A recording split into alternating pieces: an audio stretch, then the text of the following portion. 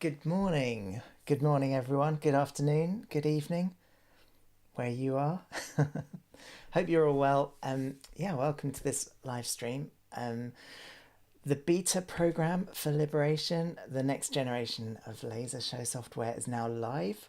And if you want to get your hands on a copy of Liberation, then you can sign up to the Patreon at patreon.com/liberationlaser. We've already got a very exclusive, tight-knit group of early adopters there, all ready to get going. So I thought I'd do this longer video to go really deep into Liberation and cover as many of its features as possible. And I've just been going through the list of things that I need to cover. There's a lot to get through. It's going to be a lot. Yeah, a few basics at the moment. So the beta program is literally just launched. I'm adding patrons to the Mac App Store test flight today. So it's not too late. If you want to get hold of it, then sign up now. There's various different tiers which are designed to reflect where you are in your laser journey, from just a beginner to all the way up to a professional. And the prices of those tiers are dependent on the amount of money that you make with lasers. There was also a diversity program tier, and that is still very much in existence. I want to encourage more different types of people into lasering. I had to temporarily remove the diversity tier from Patreon because a load of white men were accidentally signing up to it, which is not what it's for at all. So if you believe that you are part of an underrepresented group in the laser industry, please contact me and I will make sure to add you onto the Patreon at a very cheap level to help get you started in lasering. Anyway, where are we? So at the moment, Liberation is Mac only. I could talk about the PC version, but I've mentioned it in the recent video. It's just I've got to concentrate on one platform for the time being. It should compile on Windows in the future. If you want a Windows version, then there is a tier on Patreon, especially for you to contribute to the development of the Windows version. But at the moment, it's Mac only. It works with several different laser controllers, the Helios DAC, the EtherDream, and the LaserCube USB, with the LaserCube network protocol being implemented in the coming months. So realistically, it probably won't be until the summer, maybe 3 months max. Let's say within 3 months. So then I've got to commit to something. The Mercury laser controller by X-Laser will be compatible with Liberation. They're going to make it implement the same protocol as the EtherDream. So it will just work instantly with Liberation. I'm very pleased because it means I don't have to rewrite anything. But that will require a firmware update. So if you do have Mercury systems, then make sure to contact X-Laser. I believe the firmware is currently being tested, but it's not released yet. If you want to get in on that, then contact X-Laser. I think that's any more basic questions? I'm going to get real into the detail, but please feel free to throw in any basic questions or things I might have missed. I know there's a few of my friends viewing now, so please let me know if I miss anything. But because, this video is primarily going to be for the patrons who are getting their hands on Liberation, getting started, and because I know quite a few of them are beginners, I should just cover a few of the basic laser safety stuff. Now, obviously, lasers are regulated all around the world. So if you want to use lasers in a public space, please make sure that you understand and are compliant with all the local laws. In America, it's particularly complicated. In the UK, I would thoroughly recommend going on a laser training course with LVR. So and obviously wherever you are, just make sure that you understand the safety implications of lasers. But there's a bit of extra caution required because this is beta test version software. I mean, I've never had any trouble with it, but you never know when a bug might creep in. And so the thing I would recommend is, and in fact, you should do this every time you're working with lasers in a public space, but for the beta test program, I would also recommend that you do this in your studio, in your home as well, and that is to mask off the laser aperture to stop the laser going anywhere that you don't want it to go. In fact, let me just grab a laser cube. I don't need my headphones on. It just makes me feel like a live streamer when I have my headphones on. There's nothing coming out of them. What's the point? Okay, so here's my laser cube. So you can see it's got an aperture at the bottom, and so that might be enough. Like if you're pointing it up, you just want to stop the laser going down below a certain level. So use this this aperture here to adjust that. If you're going to be exposed on the left and right, or even on the top, then use black metal foil tape to cover those areas. So essentially, if the laser goes somewhere unexpected, you don't want to be exposed. I think also while you're running and testing the beta test program, it might be sensible to not have the laser facing you, or if it is, just make sure that it's very well physically masked so that it doesn't expose you. So yes, lots and lots more about safety that you need to learn if you're a beginner, so make sure you're on a course. I can't cover you here, but that's my recommendation. Make sure the laser is masked, and it is beta test software, so use it at your own risk. Right, okay, so where to start? Okay, well let's have a look at liberation. Here it is. Oh, it's up and running already. So I'm just going to stop that clip from running. So this is what happens when you load liberation. Let me just talk about what you're seeing on screen. So we got this top bar there. I realise I've accidentally, in this build, I'm missing the liberation logo, which should be there. In your build, you'll have a fancy little liberation logo there.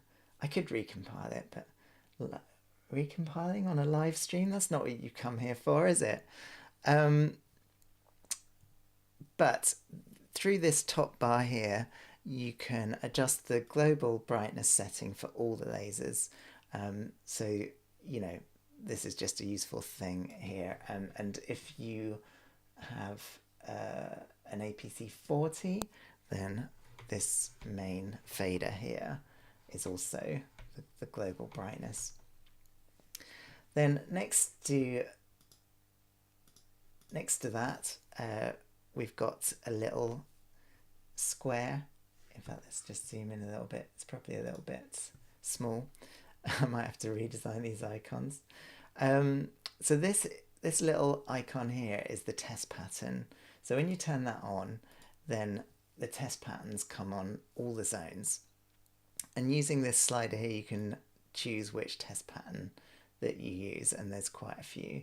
Normally, I just use this first one, which is, it's difficult to see when it's in like 3D visualization mode, but it's a rectangle with a square in it. And if we move to the output, you can see what that is. Other really useful ones are this one, which has like a beam in the four corners, but that is quite strong, so be careful with that one. And then this one, which is like a sweep. It's a sweeping line that traverses the entire output area. So that's useful for when you want to just check the entire output area, especially if you're trying to avoid windows, mirrors, glitter balls. I'm sure you've all been there before. Okay, so let's connect to some controllers, right? I don't have any lasers plugged in and turned on, but I do have some controllers connected to my computer. And the way you connect to a controller is you go into View, Setup, Controller Assignment, and this is the window for assigning controllers. So on the left here you see all the lasers 1 to 8, and on the right here you can see all the laser controllers that have been detected on the network or on your USB. So you can see I've got an ether dream here, that's on the network, and I've got a couple of heliostacks that are connected to USB. So in order to assign one of these to a laser, you literally just click and drag it over, or if you double click, then it will just fill the next spot. And that's very useful, trust me, being able to double click like that when you have like 30 lasers on an installation. You can sort of drag and move these around a little bit. You can see it's gone green here on the left, and also in this laser overview you can see it's green. Oh, I don't know if you can, I'm not sure you can see my mouse on this live stream. That's unfortunate, isn't it? I wonder if there's a way to, I thought you could always used to see my mouse. You can't see it, can you? Let me know in the comments. Oh yeah, I've just seen someone mention that. Well, that's very strange. Normally when I do live streams you can see the mouse cursor. Let's have a look. I wonder if there's any options. Oh. You know what I might do is let's try sharing my entire screen rather than just Liberation, but that's going to take me a little while to change my resolution. Hold on. Sorry about that. I honestly thought that you could see my mouse cursor. How ridiculous. Alright, so I'm just going to adjust my display preferences. Let's get... yeah, I can do that, can't I? We'll be right back. Oh.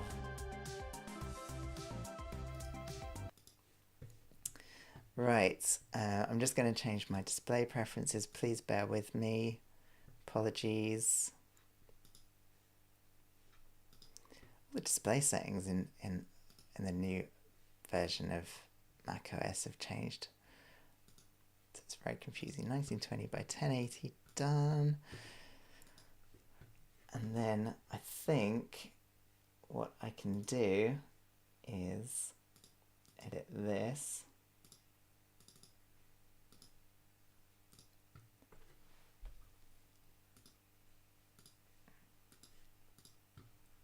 Oh, this is real boring for you. I do apologise.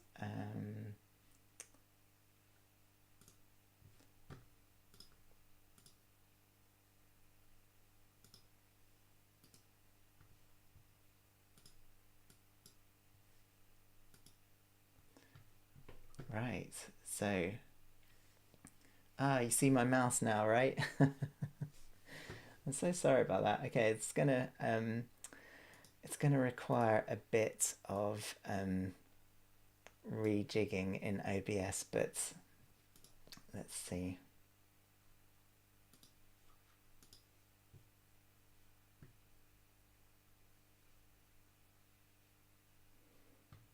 Bear with me.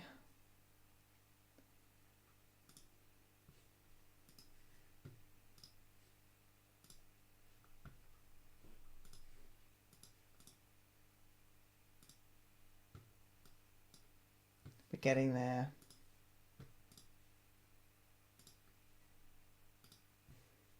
Right. What do you think? I think we're there, aren't we? Okay, now where the hell was I?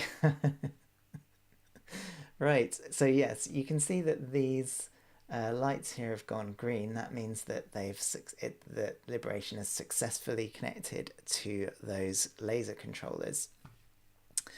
And you can always check, keep an eye on, if you keep this laser overview window open, you can always see which, you know, if they're happy, they go red or orange if they're having trouble connecting, like if you've got a bad network or something like that. Okay, so also notice this latency setting. So this, when you're sending laser content to a controller, the controllers, like, and I guess I'm specifically talking about the ether dream here, they have a buffer, and it's quite a big buffer. it's quite a big buffer, and so if you fill it up and then it slowly processes its buffer, then there's quite a long difference in time between when you send it the content and when it shows it. So Liberation has a feature where you can limit the amount of buffer that you fill up, and you can adjust that with the latency setting here. So at the moment I've set it to 150 milliseconds, so it's only ever going to, that's the maximum latency, so it's only ever going to fill up the buffer with 150 milliseconds worth of stuff. So you can be sure that it will take less than that value to get to the laser. If you have obviously if you have it much higher than that, then your network will be that much more reliable. And sometimes I've had to push that up if I'm having some network hardware issues. But obviously then the latency gets that much higher. If you've got a really good network, then you can maybe try bringing that latency down. But for most things, that 150 milliseconds is absolutely fine.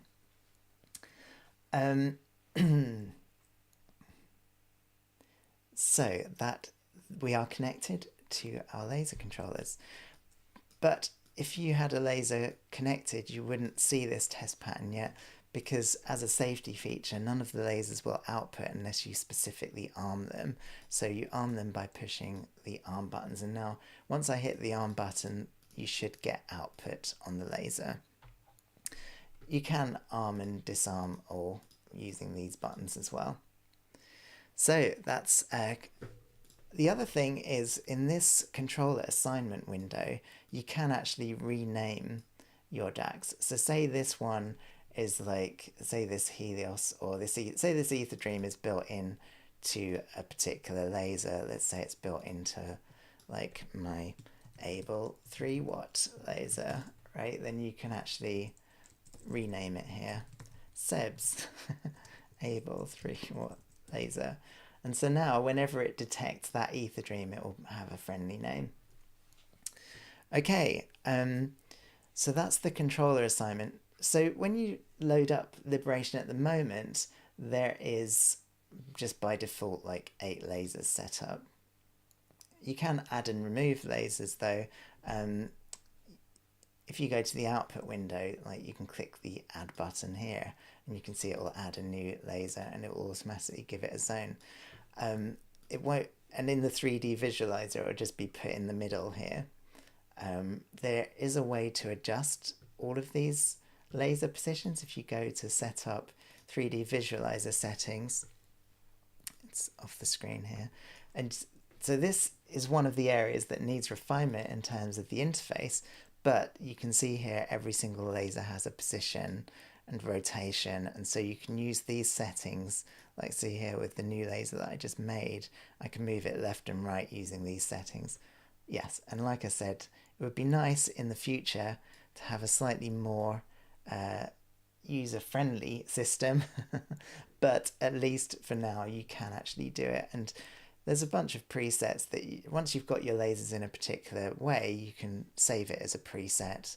So here I've got all different presets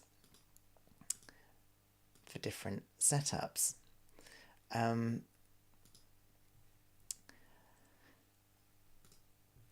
You can also delete, let's add another laser. You can also delete lasers. At the moment, I think I will add it into this bar here, but for the moment you can delete it here in this laser overview. You can delete that. Are you sure? Yes. And your laser's been deleted.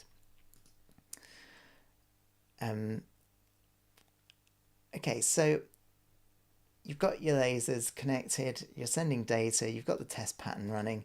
Now there are a lot of other settings that you can adjust on the laser itself, and you can get to those with this little edit button here. So when you click one of those, it opens this laser output window.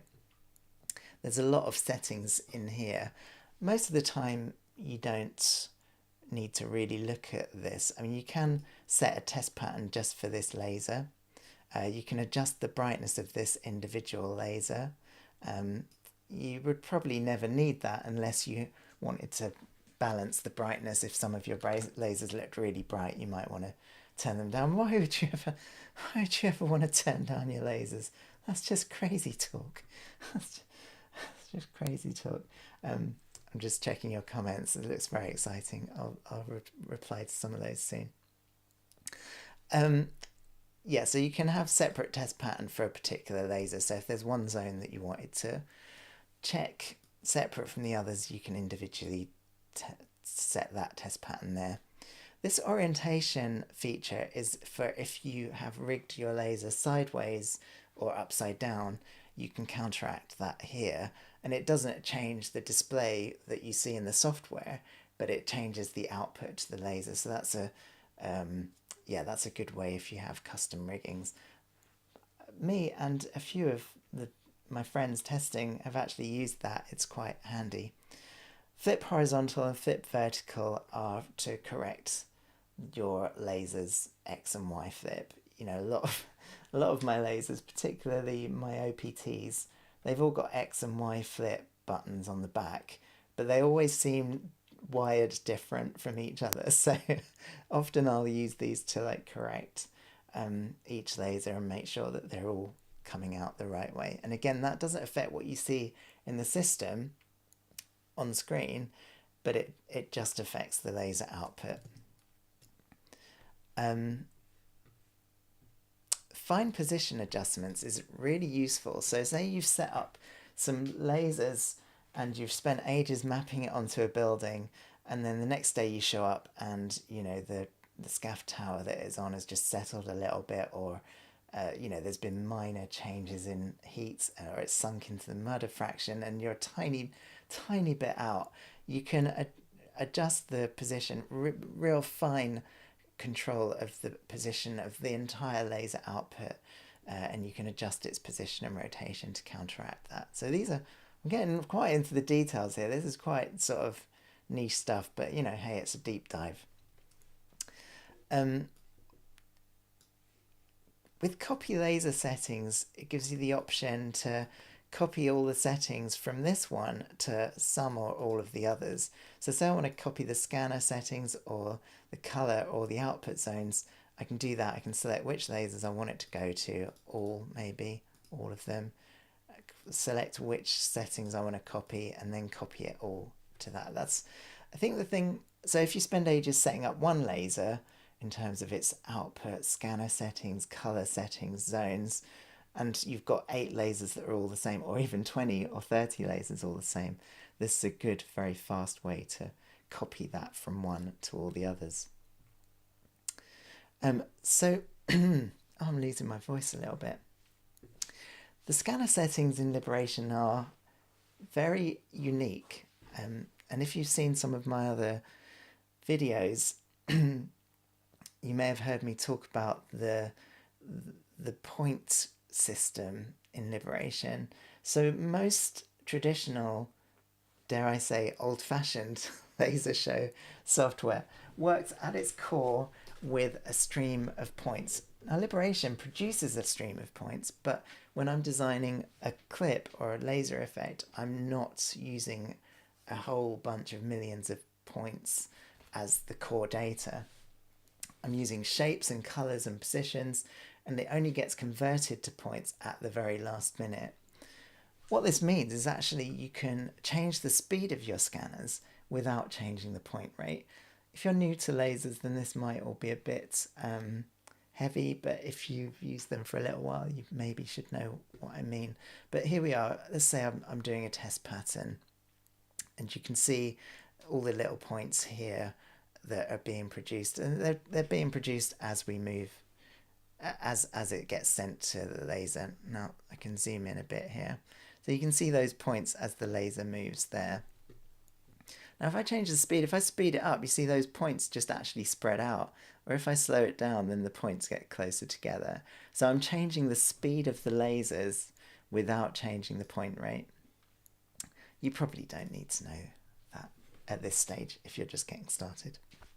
But for the laser nerds, it's quite a different and very powerful system. I guess what it means in general is that if you've got a lot of lasers with different scanners in, you can project the same content on each laser, but you can adjust how that content is converted into points. So you can have, like, say you've got one laser with really good scanners, you can adjust that one to be really fast. And then if you've got a laser with slower scanners or poorer quality scanners, you can adjust the settings on that one to produce the output slower, or you can get it to slow down in the corners a bit more, or you can, make it move a bit slower between points. So you've got the same output on different scanner qualities. A really common thing that you need to do is this color shift. So if you're an experienced laser shift, you'll know this. I think in some other programs it's described as blank shift. I call it color shift because it's probably a bit more accurate. But to explain, the scanners are moving really, really fast. The laser's turning off, on and off, and changing color really fast depending on where it is. Those two things might be slightly out of sync. So this color shift setting lets you put it back into sync, and you'll see if that needs to happen, because some of your points, some of your beams might be a little wider than they should be. So by adjusting the color shift, because it's turning on and off before it gets to where it should be to make the beam, if you see what I mean. So yeah, if your output looks a bit weird, then it might be worth fiddling with that. I'm not going to go too much into the other settings, but I do have a few scanner default settings. So if you've got DT50, that's a fairly common scanner, relatively affordable but half decent. So I've got some presets here. The default is fairly conservative, so the default should work with fairly poor quality scanners. And then if you've got really good scanners, you can set it to fast. Like my Able laser has got EMS 8000, really decent scanners, so I can drive those really fast. But you can go into all the settings for the scanners, but I'm not going to go into that right now. For now, this would be absolutely fine just to pick one of those defaults. And I can add defaults in the future if you've got a particular set of scanners that require certain manipulation. The color calibration system allows you to adjust the color brightness curve for the red, green and blue. Again, quite an advanced thing. I'll probably do a separate video about that. And then we've got a few advanced settings. So here's where you can actually adjust the point rate for real. So it's very confusing that the speed of the scanners and the point rate are independent of each other. But sometimes, again, if I've got a slow network, or I've got a lot of lasers, once you get to 25 lasers, you're filling up a non-gigabit network bandwidth. So once you get to 25 lasers, I strongly recommend you move to gigabit. But if you are struggling with the network, what you can do is actually reduce the point rate down and increase the speed. So the amount of points is reduced, the amount of data on the network is reduced, but your scanners are still moving as fast. All you lose is a bit of resolution. I realise I'm getting real deep into complicated things. So if there's anything you need me to expand on, let me know. So sometimes in the past I've reduced the point rate and sped up the scanners to reduce the amount of data on the network with no real visible drop in quality. The only time you'd notice it is if you're maybe projecting real high detail graphics. You might lose a bit of temporal resolution, but for beams and stuff you can really run it at 20,000 points per second and it's pretty much fine. You can readjust the speed of the scanners separately from that. I'm not going to get into the advanced stuff now. Let's move on from this.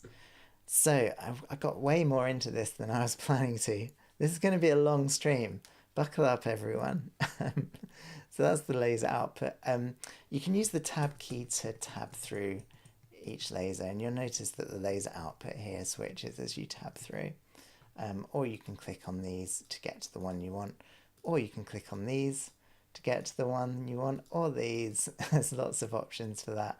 I might tidy this up a little bit, but it's very easy to just tab through.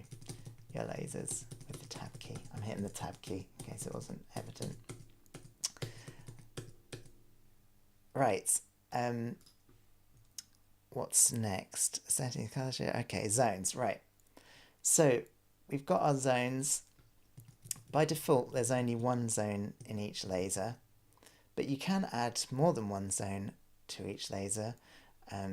You can click this this plus button here, add new zone. At the moment, the zones are just in whatever order you added them in. So when you see the zone list down here, and you can scroll to the next bunch of zones as well using shift right arrow or these two buttons on your APC40. So if you've got more than 8 zones, that's how you switch across to them, or using shift and the left and right cursor. Sorry, I wasn't focused on it. So yeah, at the moment the zones are in order that you add them in. So you'll see zone 10 here, I just added is at the end. In an upcoming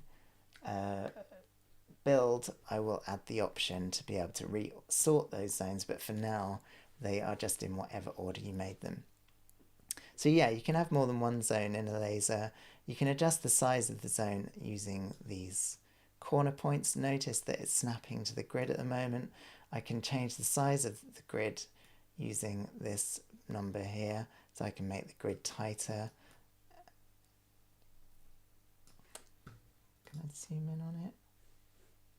Yeah, zoom in a bit. I might just zoom in even closer actually. Ugh. I don't know how in OBS, I don't know how to see the entire screen. Anyway, hopefully you can see that. So yeah, you can adjust the corners. Now if you want to distort it, hit the Alt key and then it stops. If you hit Alt when you're clicking a corner, it puts it into irregular mode, whatever you want to call it. Once it's irregular, then you don't need to hit the Alt key anymore. All of the corners will be independent. If you want to make it square again, you can reset it back to perpendicular. And now the corners remain perpendicular unless you hit the Alt key again. By default, it uses bilinear interpolation. So you can see what that means is that, you know, it's just completely linear. There's no exponential element to it. So that's why it looks a bit weird. It doesn't look like a proper perspective because it's sort of deforming. That's probably fine for beams, but for mapping, you'll want actual perspective projection, and you can click that on there with perspective. You can also set it back to a default by clicking that button, and you can delete a zone by right-clicking and deleting it. So you can use the mouse scroll wheel to zoom in and out, and you can just click and drag the screen anywhere to move it. If you double click it, it zooms right back out again, and you need to click on something before you can drag it. So if you just click and drag, it doesn't drag. It needs to be selected first and then you can drag it. That's kind of, yeah, I think that's probably a slightly safer way of doing it. There is also, as well as this sort of quad zone, there's also this line zone system. This is kind of fun actually. So you can set it into line zone, and now notice that there are just two ends of this zone, and I can adjust how wide the zone is. So it's a much easier way to make basically rectangular zones, especially if they're at a slight angle, and especially if they're very, very thin. You know, I've often had to terminate the lasers onto balconies or very slim areas, and it's much easier to do that with a line zone than using a quad and trying to get, you know, the four corners to be really narrow. Once you're happy with where your zone is, let me just reset that.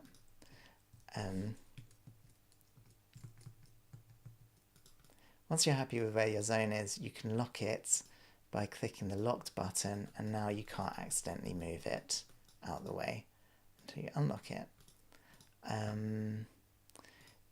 You've also got this mute function which just temporarily mutes that zone. So if you're, if you've got a lot of zones and you want to see which one's which, you can mute each one. And then there's the out zone system, which I mentioned. I covered a bit on the quick first look video, but you can add an out zone. So now I've got an alternative zone for beam zone 2. And you'll notice that as soon as I add an out zone, this button appears here. And so I can add out zones for all of my lasers, as many or as few as I need. And then when I click out zones button, it switches all of those to the alternates. And there's so many different reasons why you might want that, which I won't go into now. You can see here those lasers are adjusting. It's usually to get lasers out of the way of aeroplanes or balconies that are suddenly populated. Okay, let's have a look at your questions and see what's going on. Darren has an old 2013 desktop iMac. Will it be enough to run the beta software? I don't know. Because it will certainly be fast enough to run it, especially if you don't have that many lasers. But because I'm running the test program through TestFlight, which is a Mac App Store testing system, you need Monterey, I think that's Mac OS 12, to run TestFlight. So if your Mac can run TestFlight, and I think it's probably from 2015, 2016 onwards, so I suspect your desktop iMac won't be able to update to a new enough system. When the system is actually released, I might support older OSs, but I think probably you want something a bit newer. In fact, Rob Voisey has answered that. It needs to run Monterey. Yeah, exactly. For adding lasers, we'll be able to have the option to add background images like stage designs and so on. I guess that's for the 3D visualizer. I don't quite understand. Features like that are very advanced, There's or quite niche. So I've been getting a lot of, I don't mean to sound defensive, but we're just at the start at this point. There's a lot of very important things I need to get going. I think there's, obviously there's a couple of new network controllers. There's a timeline. There's DMX zones. These are all things that are currently being planned. So, things like Visualiser support and more options like that. I'm very open to those things. In fact, I'm sure that I will implement Visualiser support in the future. But yeah, I've got kind of a lot to deal with just getting it done first. So Rob's talking about capture support. It's going to happen. But yes, long term or at least mid term. Cool. Let's see what else. Daniel asked, did I fix the memory leak? Yes, I did. In fact, I don't think it was a memory leak. So yeah, I posted on my Patreon that I was hunting down a memory leak recently. I don't think it was a memory leak. I think it was Xcode has got a bug where it reports the memory usage while you're testing it, and it keeps going up and up. But then when you actually run it outside of Xcode, it's fine. And the most frustrating, the good thing is that it made me go through my code and I cleaned up some stuff that was a bit dodgy. And maybe I found some memory leaks as well. I don't know. But the slightly frustrating thing is that I feel like in a previous project, I've been through this before, trying to hunt down a memory leak, Googled it, and people have said, oh, it's an Xcode bug. It feels slightly like deja vu. Anyway, that's enough of my problems. But no, there are no memory leaks at the moment, as far as I can tell. So I was going to say something else about that. Anyway, that's just my nonsense. Right. Okay, so how are we getting on? We're doing all right, eh? Let's have a look. So that's the zones, out zones, warp, line zones. Okay, let's have a quick look at the clip deck. So, you know what's really hilarious is because I've got OBS in this window here and Liberation in this window, and sometimes I click on the window in OBS thinking it's Liberation, and it's like, why doesn't this button work? Such a live stream noob. Okay, so this is the clip deck down here. It shows you all your clips, and you can scroll left and right using the cursor keys. There is a command left will jump and command right will jump a page at a time, or you can use these buttons here. These buttons here to jump left and right, or the most fun thing is to use the scroll wheel to go left and right. We've got this little mini map above the clip deck, and you can see there's a little illuminated bit, and that shows you the section that you're currently on. So it's kind of a fun tactile way to navigate through your clips. You'll notice that the clips are coloured, and each colour is a group. So the groups are represented by colours. But if you start a clip and then start another one in the same group, it replaces the previous one.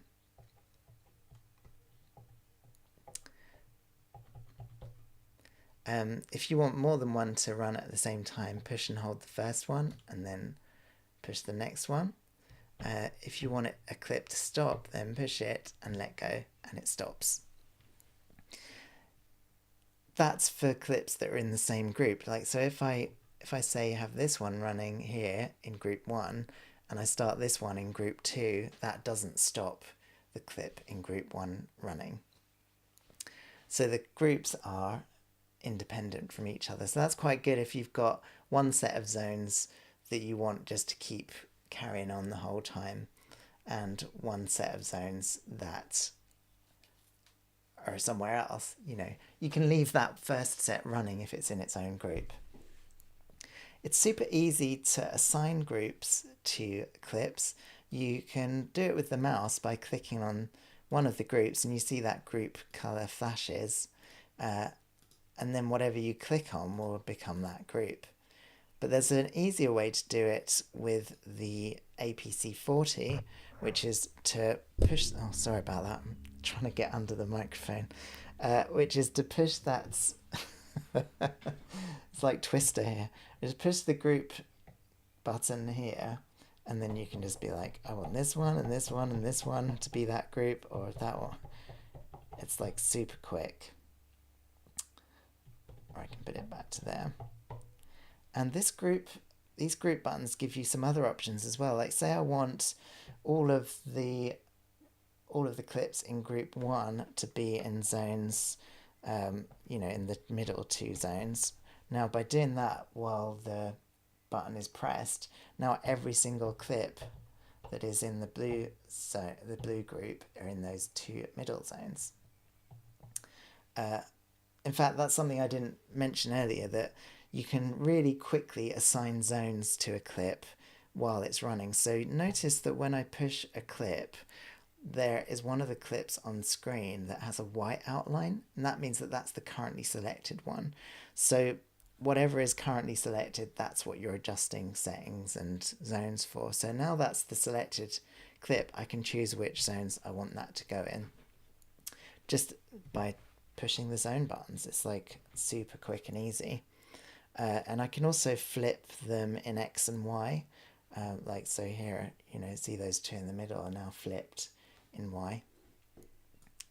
I'll do that with one. So here we've got these 2 zones, and you see the right one is flipped in the X. I can turn the flipping on and off, or I can put it in these zones as well. I can flip those 2 to make them go backwards. So that's a real simple, easy way to get to set up the zones for a clip. And I gather that in some more old-fashioned software that can be tricky. I've got to stop referring it to that. I'm so bitchy. All right, let's carry on. So that's groups, zones, add remove zones. Okay, so I wonder if I missed anything about that. If there are any questions about zoning and starting and stopping clips. Oh, there was one other. Actually, there's a few other things that I've just thought of. Okay, so by default, that's how the groups work. You know, they sort of latch on until you let them go. But there is a setting in the group. If you right click on the group settings, you can set the whole group to be flash mode. And I generally have group 3 set to flash mode.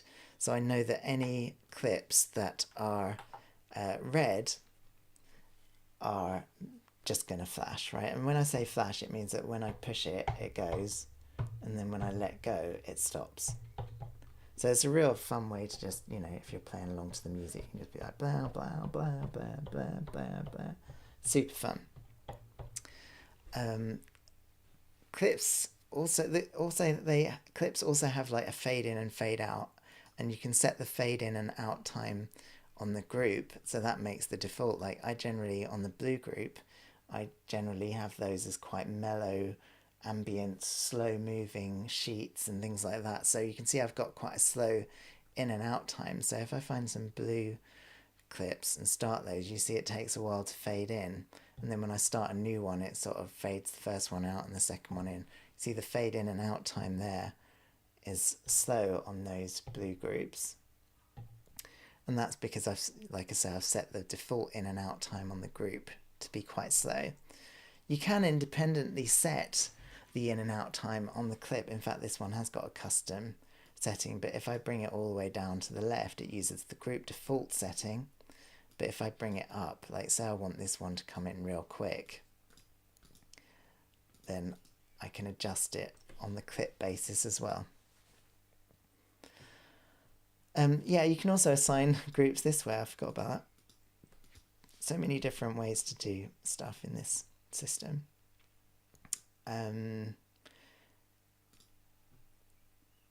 If you want to move a clip, you can just click and drag it, so you can move it there. And if you want to copy it, then you can hit the Alt key while you're dragging it. Alt or Option. It's Option, isn't it, on most keyboards? I've got an old school Mac keyboard here which says Alt, but it's Option. So if I hit Option, then it makes a copy of that clip. If you hit the Stop button here, it stops all the clips, and that's reflected here in this button here. In fact, it's very helpfully marked Stop All Clips. I've tried to use buttons that say the right thing as much as possible, just to save me labeling things. If I've got a clip running in 2 different groups, and I only want to stop the clips in one of those groups, I can hit the group button and then press Stop All Clips, and now it will only stop the clips that are in the group 4. If you want to delete a clip, you can right click on it and do delete, or you can just drag it off. Let's see, any questions popping up? A question about Patreon levels, I'll get to that later, Daniel.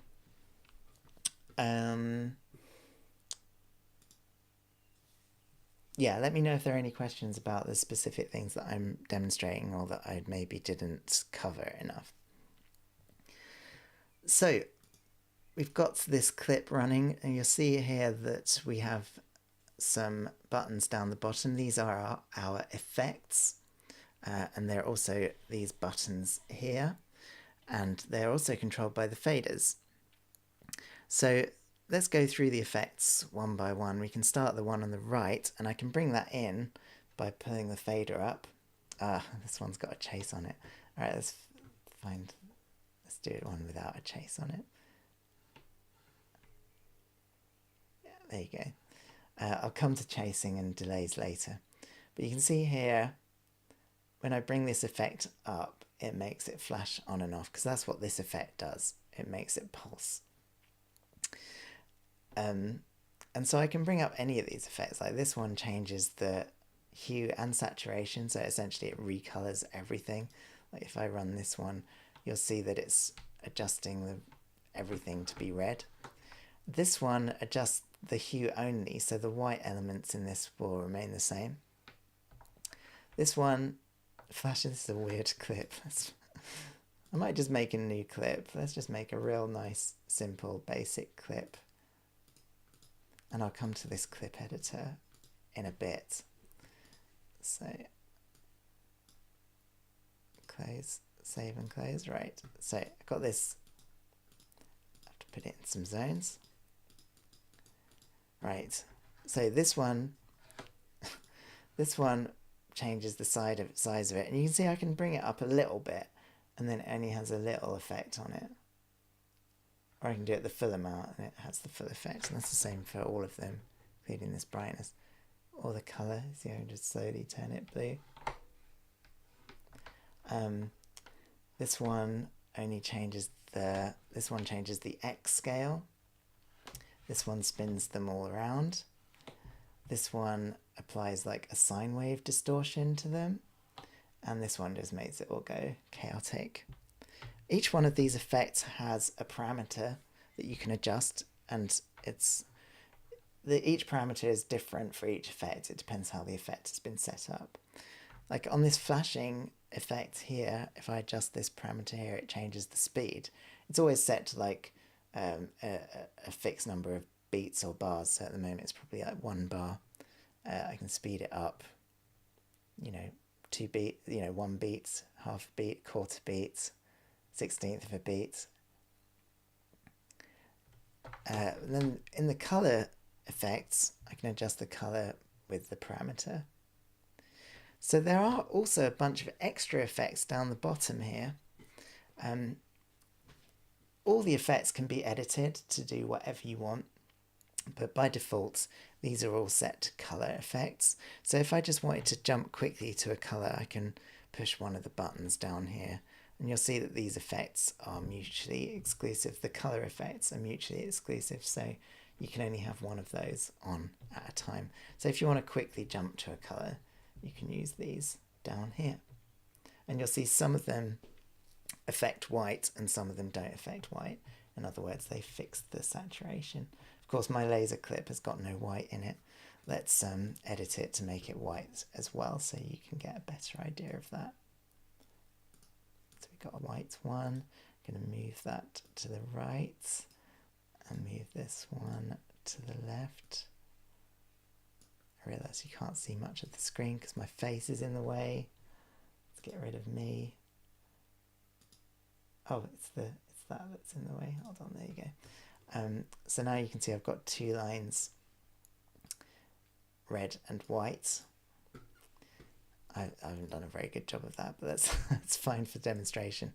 So you'll see that here on this effect, it doesn't affect the white, but on this one, if I bring that up, you can see it does affect the white. So some of them affect white and some of them don't. I'm sure I made that way more complicated than it did. Fraser clip is the 3-dot icon in the top right of a clip indicating that it has a chase. Yes, it is indeed. And even the way it is animated shows you what type of chase it is. So we'll get to the chasing in a minute.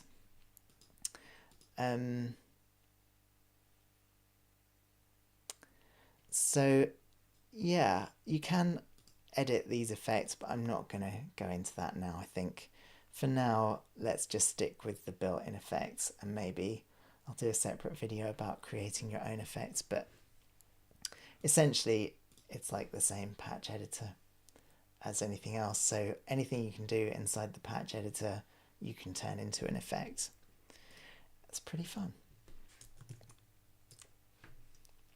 Okay, so let's talk about the chasing then. Losing my voice. How long has it been? It's been long. It's been a long stream. It's an hour already. Can you believe it? How are you feeling? Are you up for more? Are you are you flagging? I'm doing great actually, thankfully. Okay, so let's talk a little bit about zone delay. So let's bring up this flashing effect. You can see all of them are flashing now. They're all flashing in time with each other. What I can do is if you go here into the clip adjustments, and so here you can adjust loads of things for this clip, and it's whichever clip has got the white outline on it, whichever one is currently selected. So I can change the scale of it, scale X and Y. This is good for just like making minor adjustments to the clips after you've edited them, or you can return to normal. Notice that scale X and Y are locked together unless you push the, what key is it? The shift button. I probably need to think about that a bit more. Okay, but here is where we come to the zone chase, zone delay system. And by bringing up a zone delay or step size, I need to rename this really to delay. By bringing up that delay, you'll see now that there's a slight delay between each zone. And the longer that is, the longer it is. Now, the flashing stays in at the same time. So you can see that once I get to like, like probably 16. Yeah, once it gets to 16, it's sort of looped around and each one is taking an entire flash to go to the next one, if you see what I mean. You can see this here is also reflected here. So I should say that these parameters here, in fact, these buttons as well, they're an indication of what the APC does.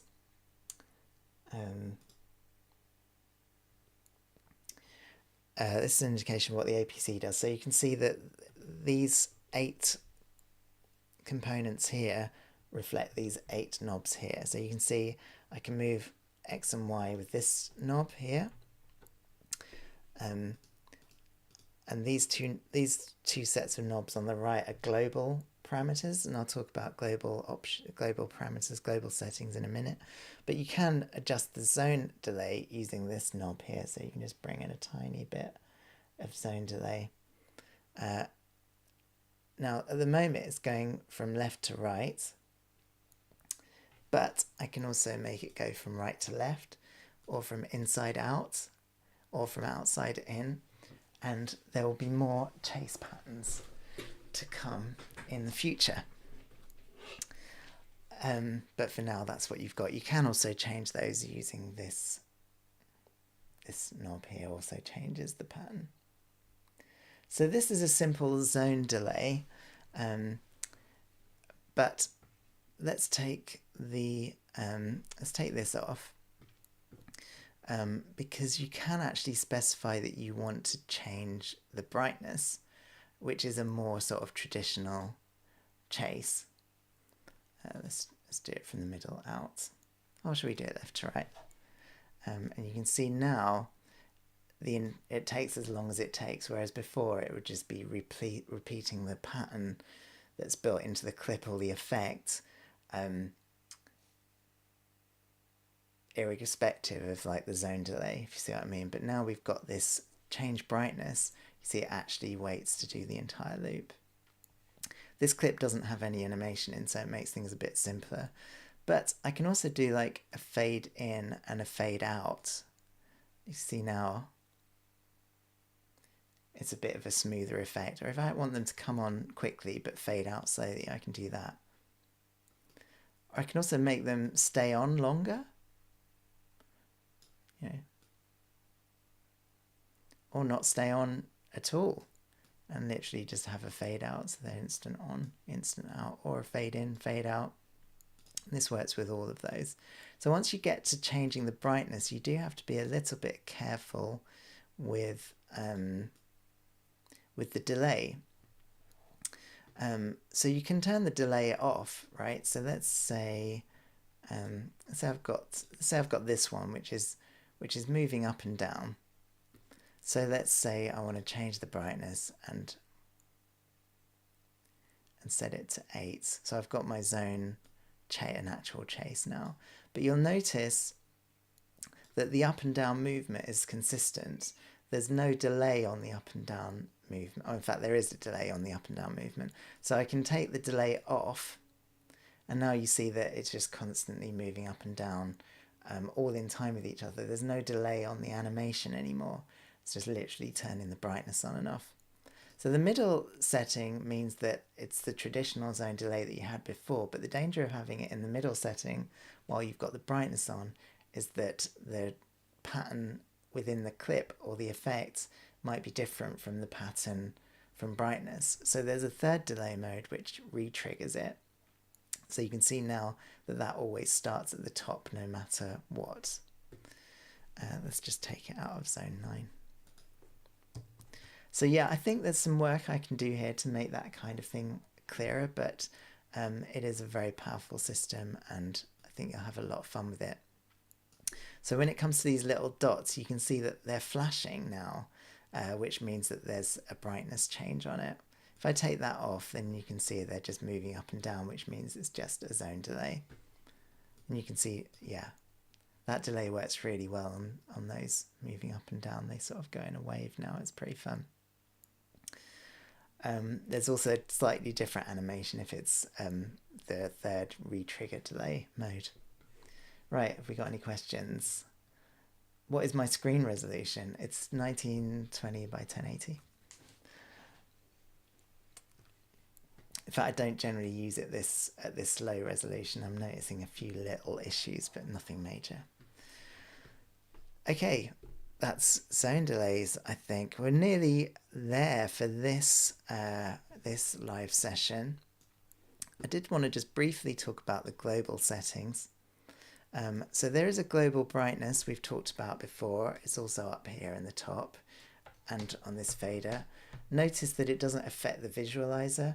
I think in the future I'll make it optionally affect the visualizer. Obviously it's quite good if it doesn't affect the visualizer because it means that you can turn the brightness down, keep working on your clips and your show, say between songs or in a song. That I mean, obviously you design your laser shows way in advance.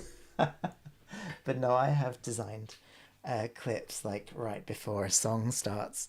So it's good to do that and see it in the visualizer without any output. Or I suppose you could disarm all the lasers and continue. So yeah, I think I will make it an option that the brightness is affected in the visualizer as well, but for now it's not. But then we also have like global scale, which just scales everything. And that's also mapped onto here. So that's quite good for just turning everything into a little dot. You know, so one of my favorite things is to make it all go chaotic and then bring it all in. You can reset anything here by clicking that little reset button there. I've also got global Shift X and Shift Y. I know Rob Stanley, and I don't know, Rob, if you're still with us, he was here at the beginning, he's probably busy, but he likes to use these sort of global effects, these global settings. it's still sort of a experiment, I think. I'm still trying to figure it out. There's one kind of fun thing, you can like put a spin on it, which just slowly spins everything around, or you can speed up the spin, or you can slow down the spin. But sometimes it's sort of hard. I think this is really fun, and there's even a 3D spin as well. Let's just reset that. Which sort of is a more kind of, yeah, it's actually 3D, so it sort of does that with it, which is actually a really nice effect. I think this is really fine, but I do think I want maybe an auto reset. Maybe when all the clips have stopped, it could auto reset those. Or you can just push this reset button. And then I think the last thing I want to come to is the tap tempo system. So let's say you've got some music running. Oh, I wonder if I could run some music. Have I got any? Have I got any that won't hit a content match? I can play some of my music.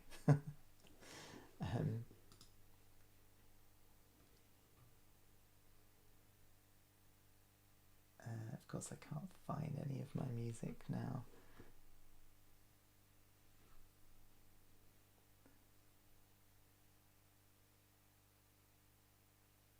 It's not very interesting for you, is it? What, trying to have me find my music? All right, let's just imagine there's some music. Oh, you're still here, Rob. Nice one. Well done. So yeah, all of the clips you'll notice are the default timing mode in Liberation, and currently the only timing mode is using a tempo. So all the clips are set to tempo, and the way that you set the tempo is like here. You can either just set the tempo using this slider, or you can use the knob that's marked tempo on the APC40. That's fun too. Or you can tap the tempo. Oh, I noticed the tempo multiplier is active. That's going to screw things up. Okay, I'll come to the tempo multiplier shortly. My mic is so in the way of me trying to use this APC. Okay, so you can see there the tempo going, and if I start a clip, you can see then it's in time. And it starts from when, normally it would start from when you push the button. So if I start it at the beginning of the beat, it will just start from then. If I want to tap the tempo, I can literally hit the tap tempo button. So,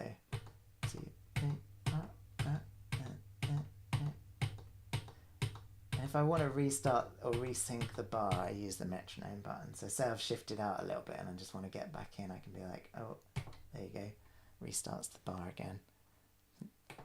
Yeah. So there's also the tempo multiplier, which was a request from Danny Mason of Reach Lasers. Danny's, I'm clicking on the wrong window again. Danny is a very early adopter of Liberation.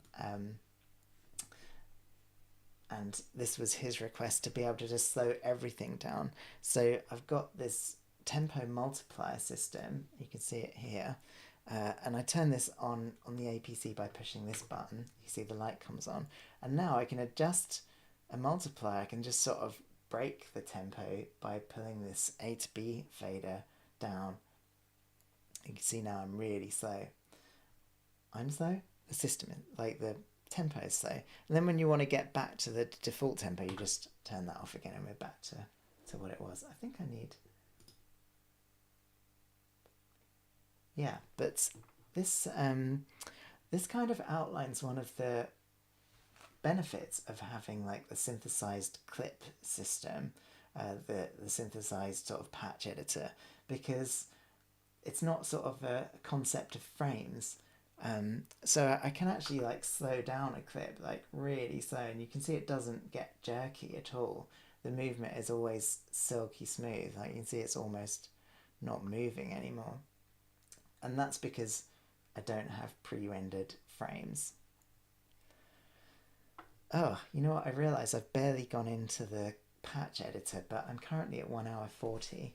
And so I think I'm probably going to have to save the patch editor for another time. There's the sort of basics of the patch editor in the quick look, so you can at least look at that for now. Right, so I'm going to wrap it up now. So if there's any last minute questions or requests, let's do that. Oh, talking constantly for 1 hour and 45 minutes, who'd have thought? So let me know your questions. I noticed, Daniel, you mentioned the Patreon levels. So yeah, I think, I don't know what to say about the Patreon levels. I guess my initial thinking was that it would be, it's sort of like, I'm looking for people who want this software to exist, and I want you to contribute as much to the project as it's worth to you. You know, if you're a professional laserist doing tours and stuff, then you'll be making a lot of money. You know, it'd be good if you contribute more, but if you're just getting started, then obviously, you'll be at one of the lower levels. But at the same time, they are set to sort of reasonable prices. It's not like a normal Patreon fundraiser where you could contribute £3 or something. It's just not, that's not how it's going to work, because I need fewer testers that are contributing more. And I think the nature of the industry is quite niche, so that's probably makes sense for that. So the top tiers do get better support, and I will be considering making different options available for those Patreons in the future, because I think it's not necessarily clear or fair why you would be paying more. So I want to make that more clear and perhaps offer slightly better benefits. But yeah, more about that soon. I'm still kind of, it's all very new, this way of working, and crowdfunding for me. I'm still figuring it out, and thank you everyone for being so patient with me while I work it out. Right. Rob, do I have any idea how the project will be monetized after beta? Similar monthly fee or something different? I've got some thoughts. I'm not sure if it's sensible to talk about it. I really do want to tell you my thoughts, but then if I change my mind, you might be really annoyed.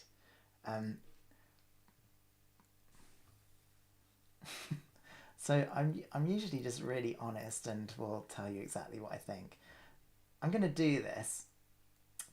I'm going to tell you exactly where I'm at the moment, with the very strong caveat that I may change my mind several times.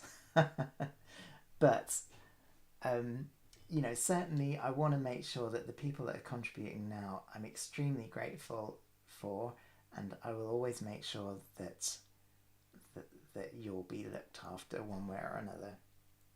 So thank you for being here with me at the very start. In terms of finance, in terms of like monetization, in terms of how I sell the software, it's something I've been going back and forth on a lot. But I think where I'm currently at, you know, the thing that this Patreon and this whole process has made me realise, has brought into sharp relief, is the vast chasm of difference between a hobbyist laser who maybe just messes around at home or in their garden or for their friends, does a few little gigs, whatever, and like a real professional. Like there's an enormous difference between those people, perhaps not in their skill levels necessarily, but in their requirements, and mostly like the amount of money they're willing to spend, if I'm being honest. And you know, at the top level, money is almost irrelevant. It's more important to people doing tours and gigs and stadiums that the software works really well, that it's got all the features that they need, and that they get really good support for it. Now obviously that's, if I were to provide that, it would cost me a lot and I'd have to charge accordingly. But then at the other end, the hobbyist almost wants to spend no money or very little money. But perhaps, you know, so how do I have the same system for those two people? I think I'm coming around to the fact that I need to have different versions of the software, which I really didn't want to do, but I think I'm coming around to the fact. And I'm currently thinking like the fairest way to do that would be the number of lasers that you can connect to. Yeah, so Fraser Killip saying the number of lasers would make sense. Yeah, I think that's probably fair. I mean, there might be some other high-end features that aren't probably needed in the lower tier, in the lower sort of settings, but on the whole, I'd prefer if everything was in all the versions except actually outputting to lasers. And then, you know, it might even be, and again, no promises, like, just again, this is just where my head is right now. It might change multiple times. I can't promise anything. It's all extremely new. I'm still figuring it out. But what I would like, if it doesn't get abused,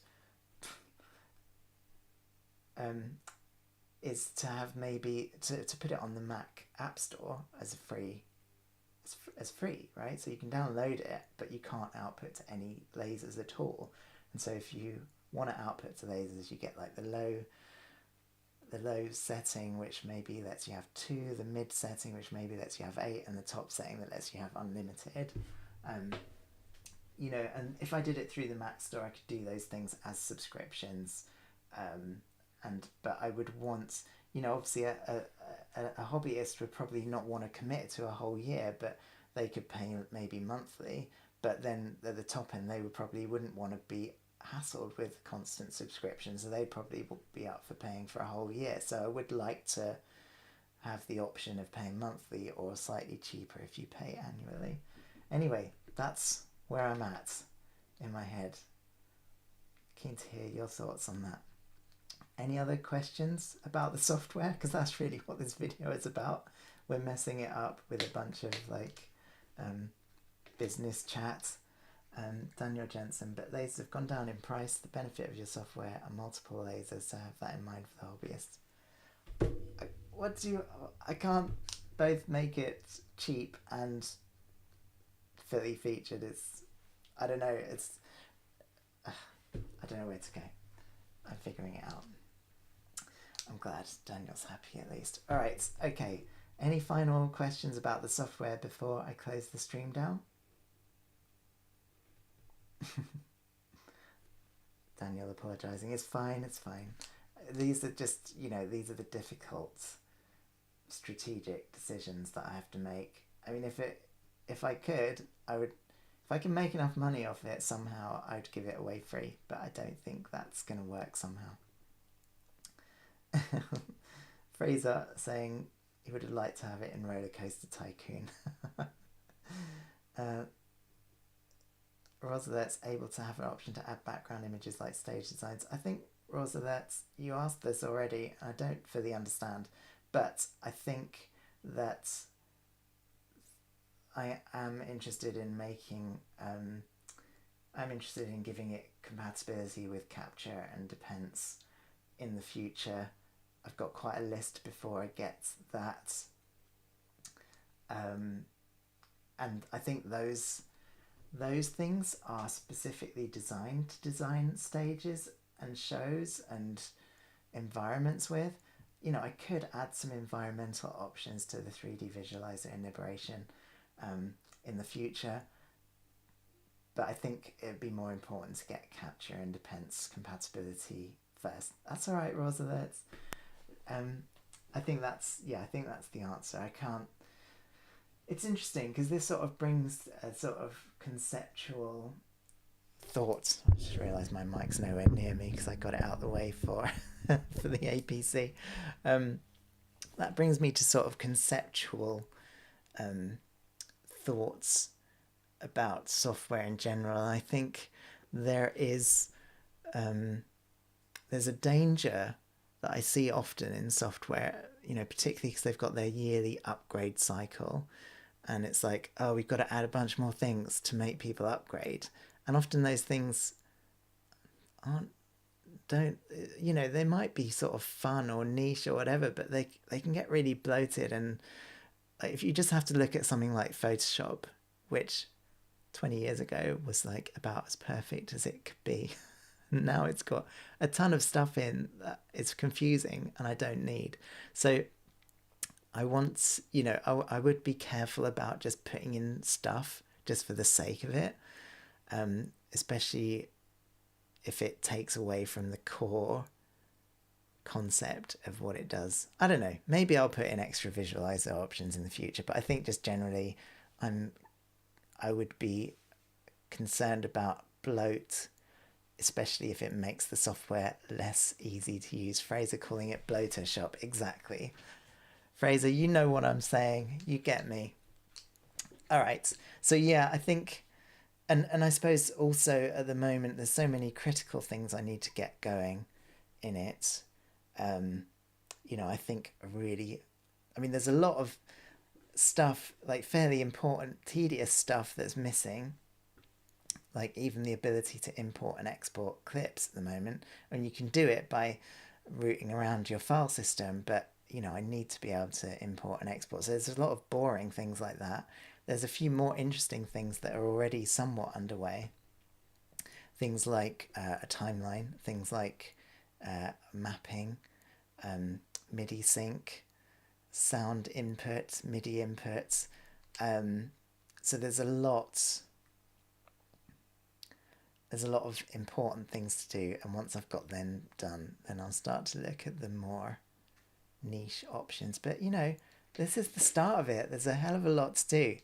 I'm a little bit daunted, but I'm also excited. I think the software is in pretty good shape. But if you're on the Patreon, then thank you so much. You'll get to use the software later today. If you filled in the sign up form that I've posted on Patreon, then you'll get on the test flight later on today. If you're not on the Patreon, well, please consider supporting this project in this early stage. I'll make sure you are looked after. Okay, let's have a look at last minute questions. Great. All right, excellent. All looks good. Thank you so much for joining me. Yeah, more soon. All right, see you all soon. Bye.